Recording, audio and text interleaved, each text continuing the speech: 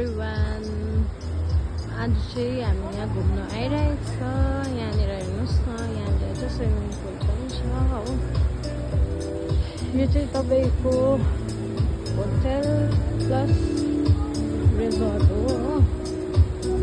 अन्त यहाँनिर हेर्नुहोस् न यहाँको नजारा चाहिँ यस्तो छ हो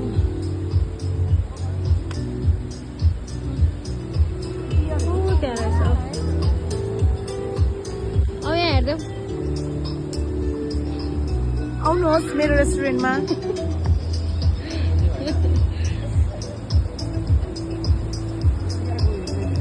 ऊ त्यहाँ त्यो ढुङ्गाको त्यहाँनिर